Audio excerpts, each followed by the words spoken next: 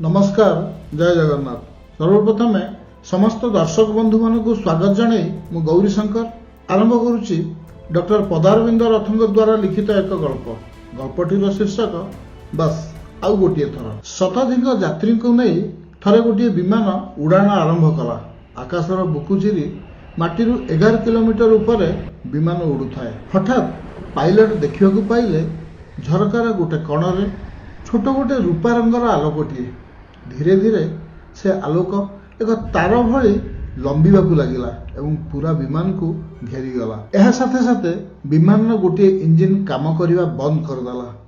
Pilot बुझीगले समस्या किछि गंभीर निश्चय हेले किछि प्रतिकार भाविबा आगरु आउ गोटे इंजिन मध्य बंद हो गला। तृतीय एवं चतुर्थ देखु देखु गोटे मिनिट भितर विमान चारिटी जाक इंजिन काम करने बंद करदेला। प्रशांत महासागर ऊपर दे विमानटी उड़ुए। यात्री मानक उद्देश्य पायलट घोषणा कले, लेडीज एंड जेंटलमैन, आम विमान रे गोटे छोट समस्या देखा देइछि। आमर चारिटी जाक इंजिन बंद हो जाइछि। हेले व्यस्त हुंतुनी, जल्दी सब ठीक हो जिवो। व्यस्त विव्रत थिला प्रतिटी हृदय। अवश्यंभावी मृत्यु को आखि आगे देखी आर्तनाद करुथिला प्रतिटी कंठ। कहीं छानियारे बेहोश हेउथिला तो काहाको हृदघात भली अनुभव हेउथिला। एमिति एक घड़ी संधि मुहूर्त जल्दी सब ठीक हो जिवो भली केतोटी शब्द मृत्युर तांडव भितर जीवन क्षीण आलोकटीए भली लागुथिला। इंजिन स्टार्ट करिवार स्विच बारंबार दबाई चलथांती पायलट जनक। विमानटी द्रुत बेगरे सीधा तळमुहा होई खसिबाकू लागिला। माटीरु पाखापाखि 4000 मीटर ऊपर। आउ मात्र अल्प किछि समय मध्यरे सबकिछि छारखार हो जिवो। हठात लगिला गोटे इंजिन स्टार्ट हवाकू आरंभ करुछि। तापरे द्वितीय, तृतीय एवं चतुर्थ। किछि सेकेंड भितर चारिटी जाक इंजिन पुणी थरे चलिबा आरंभ होला। विमानटी पुणी उठिला उपरकू।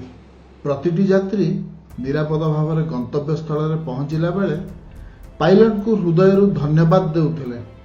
तदारखरू जना पड़ला आग्नेयगिरी निर्गत धातु मिश्रित धुआं आकाश में व्याप्त थिला। तारी भितर दे विमान गला बेले धुआं थिबा धातु तरली इंजिन रे लागिला एवं इंजिन को बंद करदेला। विमान तल को खसिला बेलू तापमान तारतम्य जोगु से धातु पुणी थरे तरली इंजिन रु खसी पड़ला एवं इंजिन पुणी थरे स्टार्ट हला। एठारे सबुठारु गुरुत्वपूर्ण कथाटी हेउची इंजिन रे लागि रहिथिबा आग्नेयगिरी धातु खसी पड़िबा बेलू जदि इंजिन को कहीं स्टार्ट करि नथांते ताहले इंजिन स्टार्ट होइथांता केमिति। कहिबा बाहुल्य सेते बेलू पायलट 14 थर चेष्टा करि सारथिले। प्रति थर चेष्टा करी छाड़ी देबी बोली भाबिला बेलू से पुणी भाबुथिले बस आउ गोटे थर।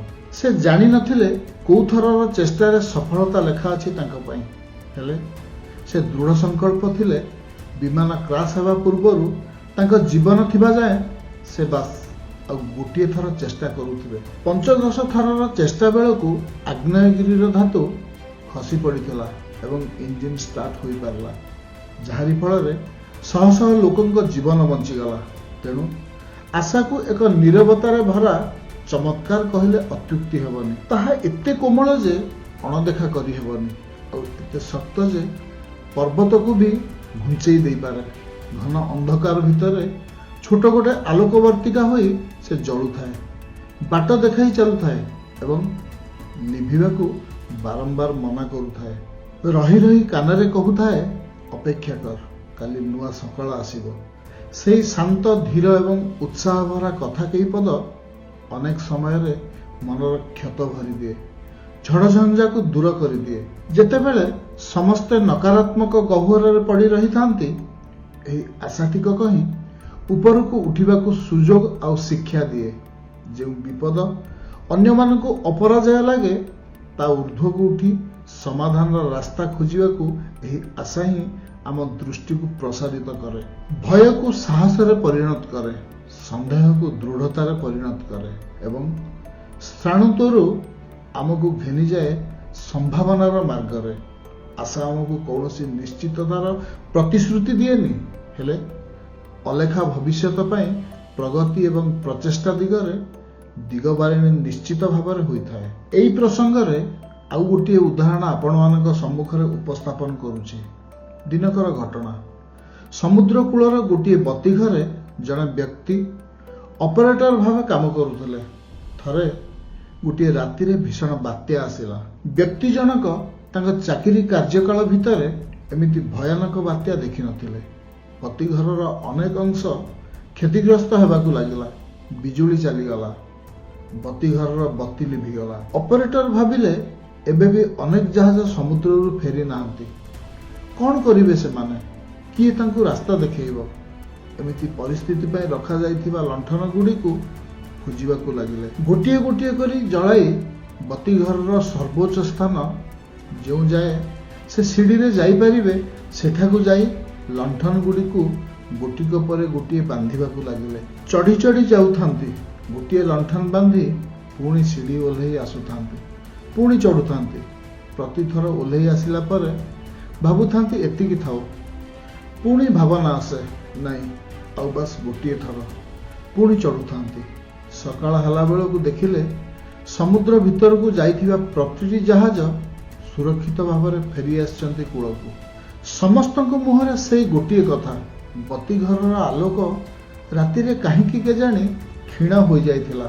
ହେଲେ ସେମାନଙ୍କୁ ବାଟ ଦେଖେଇବାକୁ ଯଥେଷ୍ଟ ଥିଲା। ସଫଳତା ମିଳିବ କି ନାହିଁ ଏହି ସନ୍ଦେହ ଯେତେବେଳେ ପ୍ରଗାଢ଼ ଥାଏ, ସେହି ଦୁର୍ବଳ ମୁହୂର୍ତ୍ତରେ ମଧ୍ୟ ଚୁପଚାପ କାମ କରି ଚାଲିଥାଏ ଆଶା। ମଞ୍ଜିରୁ ଅଙ୍କୁରୋଦ୍ଗମ ହେଲା ବେଳେ ମାଟିର ବୁକୁ ଚିରି ସେ ଉପରକୁ ଉଠେ।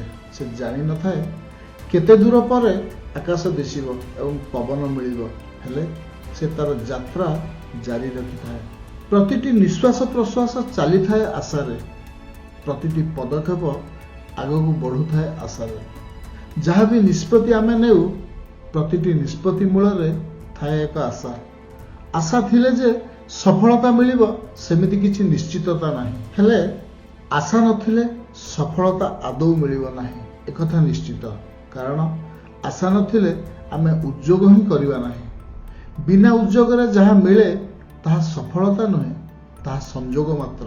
ଆଶା ରଖିବାର ଯଥାର୍ଥ ଅର୍ଥ ହେଲା ଅଦୃଶ୍ୟ ହୋଇଥିଲେ ବି ବିଶ୍ୱାସ କରିବା, ନିଜ ସାମର୍ଥ୍ୟର ଅନ୍ତର୍ନିହିତ ଶକ୍ତି ଉପରେ ଆସ୍ଥା ରଖିବା ଓ ତାର ସମ୍ମାନ କରିବା। ଅନେକ ସମୟରେ ଏମିତି ବି ହୁଏ ଯେତେବେଳେ ଆମେ ଆଉ ବାସ୍ ଗୋଟିଏ ଥର ବୋଲି କହିପାରୁନେ ଏବଂ ଉଦ୍ଯୋଗ କରିବା ବନ୍ଦ କରିଦେଉ, ସେତେବେଳେ ସଫଳତା ସେଇ ଗୋଟିଏ ଥରର ଦୂରତାରେ ହିଁ ରହିଯାଏ। ଥରେ ଜଣେ ଖନନକାରୀ ଅନେକ ଗବେଷଣା ପରେ ଅପର୍ଯ୍ୟାପ୍ତ ହୀରା ଥିବା ଗୋଟିଏ ସ୍ଥାନ ବିଷୟରେ ଜାଣିବାକୁ ପାଇଲେ।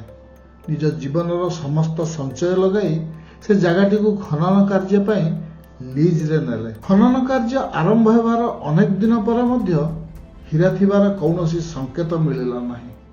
ସମସ୍ତ ସଞ୍ଚୟ ସହିତ ସେତେବେଳକୁ ତାଙ୍କର ସମସ୍ତ ଶକ୍ତି ଏବଂ ବହୁମୂଲ୍ୟ ସମୟ ସରିବାକୁ ଲାଗିଥିଲା।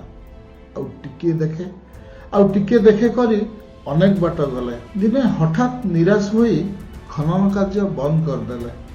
ତାଙ୍କୁ ଲାଗିଲା ଗବେଷଣାରେ କିଛି ଭୁଲ ହୋଇଯାଇଛି ନିଶ୍ଚୟ, ନହେଲେ ହୀରା ବାହାରିବାର ଥିଲେ ଏ ଭିତରେ ବାହାରି ସାରନ୍ତାଣି। ଶେଷରେ ସ୍ଥାନଟି କର୍ତ୍ତୃପକ୍ଷଙ୍କୁ ଫେରାଇ ଦେଲେ। ତାଙ୍କୁ ଲାଗିଲା ଯାହା କ୍ଷତି ହେଲା ପଛେ ସେ ଆଉ ଅଧିକ କ୍ଷତିରୁ ବଞ୍ଚିଗଲେ। ହେଲେ କିଛି ଦିନ ପରେ ସେହି ସ୍ଥାନଟିକୁ ଆଉ ଜଣେ ବ୍ୟକ୍ତି ଲିଜରେ ନେଇ ଖନନ କାର୍ଯ୍ୟ ଆରମ୍ଭ କଲେ। ପ୍ରଥମ ବ୍ୟକ୍ତି ଯେତିକି ବାଟ ଯାଇ ଖନନ କରିଥିଲେ ତା ପରଠାରୁ ଆରମ୍ଭ କରି ଆଉ ମାତ୍ର 3 ଫୁଟ ଖୋଳିଲା ପରେ ହୀରାର ସର୍ବବୃହତ୍ ଗଚ୍ଛିତ ସ୍ଥାନର ସନ୍ଧାନ ପାଇଲେ। ପ୍ରଥମ ବ୍ୟକ୍ତି ଏ ଖବର ପାଇ ହୃଦୟଙ୍ଗମ କଲେ ଯେ ସଫଳତା ତାଙ୍କଠାରୁ ଆଉ ମାତ୍ର 3 ଫୁଟ ଦୂରତାରେ ଥିଲା। ଭାବୁଥିଲେ କାମ ବନ୍ଦ କରିବା ପୂର୍ବରୁ ଆଉ ବାସ୍ ଗୋଟିଏ ଥର ସେ କହିଥାନ୍ତେ କି, ହେଲେ ସେତେବେଳକୁ ଆଉ କିଛି କରିବାର ନଥିଲା। ମୁଁ ଆପଣମାନଙ୍କୁ ଯେଉଁ 3ଟି ଉଦାହରଣ କହିଲି, ବର୍ତ୍ତମାନ ଆଉ ଥରେ ସେହି ସବୁ ଉଦାହରଣକୁ ମନେ ପକାଇବା। 4ଟି ଯାକ ଇଞ୍ଜିନ ବନ୍ଦ ହୋଇଯିବା ପରେ ମଧ୍ୟ ବିମାନର ପାଇଲଟ ଯଦି 14 ଥରରେ ହାର ମାନି ଚେଷ୍ଟା କରିବା ଛାଡ଼ି ଦେଇଥାନ୍ତେ, ତେବେ ନା ଇଞ୍ଜିନ ଷ୍ଟାର୍ଟ ହେଇଥାନ୍ତା, ନା ସମସ୍ତ ଯାତ୍ରୀ ନବଜୀବନ ପାଇପାରିଥାନ୍ତେ।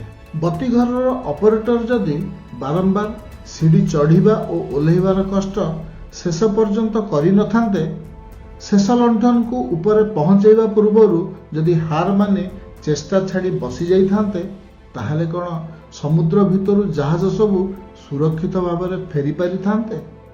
ଜୀବନରେ ଏମିତି ଅନେକ ପରିସ୍ଥିତି ଆସେ ଯେତେବେଳେ ଆମକୁ ଦୃଢ଼ତାର ସହିତ ଆସ୍ଥାବାନ ହୋଇ କହିବାକୁ ହୁଏ, ଆଉ ବାସ୍ ଗୋଟିଏ ଥର। କିଏ ଜାଣେ, ଅକୃତ କାର୍ଯ୍ୟ ଖନନକାରୀଙ୍କ ପରି ଆମ ସଫଳତା ହୁଏତ ଆମଠାରୁ ଆଉ କିଛି ମାତ୍ର ଦୂରତାରେ ଆମ ପାଇଁ ଅପେକ୍ଷା କରିଥିବ। ଏଠାରେ ମନେ ରଖିବାକୁ ହେବ ଯେ ଯେତେବେଳେ ଯାଏଁ ଆମେ ଚେଷ୍ଟା କରିବା ଛାଡ଼ିନେ, ସେତେବେଳେ ଯାଏଁ ଆମେ କ୍ଷଣିକ ଭାବରେ ହୁଏତ ଅସଫଳ ହୋଇପାରୁ, ହେଲେ ଆମର ପରାଜୟ ହୋଇନି ବୋଲି ଭାବିବାକୁ ହେବ। ବାସ୍ତବରେ ବନ୍ଧୁଗଣ, ପରାଜୟ ସେତେବେଳେ ହୁଏ ଯେତେବେଳେ ଉଦ୍ଯୋଗ ଛାଡ଼ି ଆମେ ପରାଜୟ ସ୍ୱୀକାର କରୁ। ତେଣୁ ପ୍ରତ୍ୟେକ କ୍ଷେତ୍ରରେ ଶେଷ ଥରର ଚେଷ୍ଟା ପରେ ବି ଆମେ କହିବା ଏବଂ ଚିନ୍ତା କରିବା, ଆଉ ବାସ୍ ଗୋଟିଏ ଥର। ତାହେଲେ ହୁଏତ ଆମେ ନିଶ୍ଚୟ ସଫଳତାର ସ୍ୱାଦ ଚାଖିପାରିବା। ବାସ୍ ଆଜି ପାଇଁ ଏତିକି। ଭିଡ଼ିଓଟି କେମିତି ଲାଗିଲା? ଯଦି ଭଲ ଲାଗିଥାଏ ତେବେ ଭିଡ଼ିଓକୁ ଲାଇକ୍, ସେୟାର ଆଉ ଚ୍ୟାନେଲକୁ ସବସ୍କ୍ରାଇବ୍ କରିବାକୁ ବିଲକୁଲ ଭୁଲିବେନି। ରହୁଛି, ନମସ୍କାର।